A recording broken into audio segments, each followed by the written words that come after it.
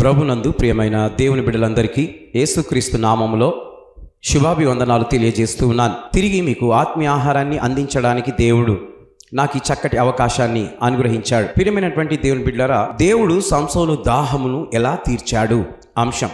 సంసోను తన సొంత జనులు 2 క్రొత్త తాళ్లతో బంధించి ఫిలిష్తీయుల చేతికి అప్పగించారు. అప్పుడు సంసోను మీదికి దేవుని ఆత్మ బలముగా వచ్చినప్పుడు తన చేతులకు కట్టబడిన తాళ్ళు అగ్ని చేత కాల్చబడినట్లు జనపానార వలె నాయను అని వాక్యంలో వ్రాయబడి ఉంది. సంకెళ్ళు అతని చేతుల మీద నుండి విడిపోయాయి. అప్పుడు సంసోను మీదికి 1000 మంది ఫిలిష్తీయులు దండెత్తి రాగా గాడిద యొక్క పచ్చి దవడ ఎముకను పట్టుకొని యుద్ధము చేసి తాను ఆ 1000 మందిని హతమార్చినట్లు అనగా చంపినట్లు వాక్యంలో మనము చూడగలం. అది కాకుండా వాటిని 2 కుప్పలుగా వేవేరుగా చేసినట్లుగా బైబిల్ గ్రంథంలో రాయబడ్డది.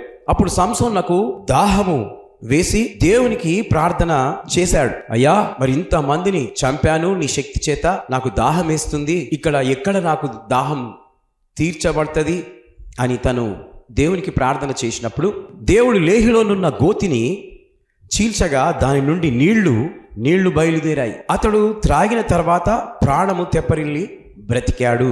కాబట్టి దాని పేరు నేటి వరకు ఎల్వాకోర్ అని అనబడుతూ ఉంది. అది లేహిలో ఉన్నది.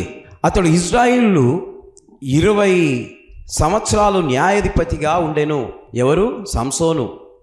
20 సంవత్సరాలు వారికి న్యాయాధిపతిగా తను ఉన్నట్లుగా వాక్యంలో మనము చూడగలం.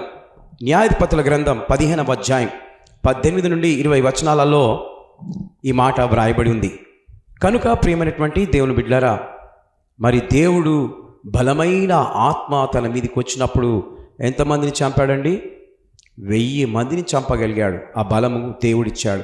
ఈరోజు బలహీనంగా ఉన్నావా? దేవుణ్ణి అడుగు. దేవుడు నీకు ఆ బలమైన ఆత్మను అనుగ్రహిస్తాడు. దేవుని మాటలు దీవించి ఆశీర్వదించునుగాక. ఆమేన్.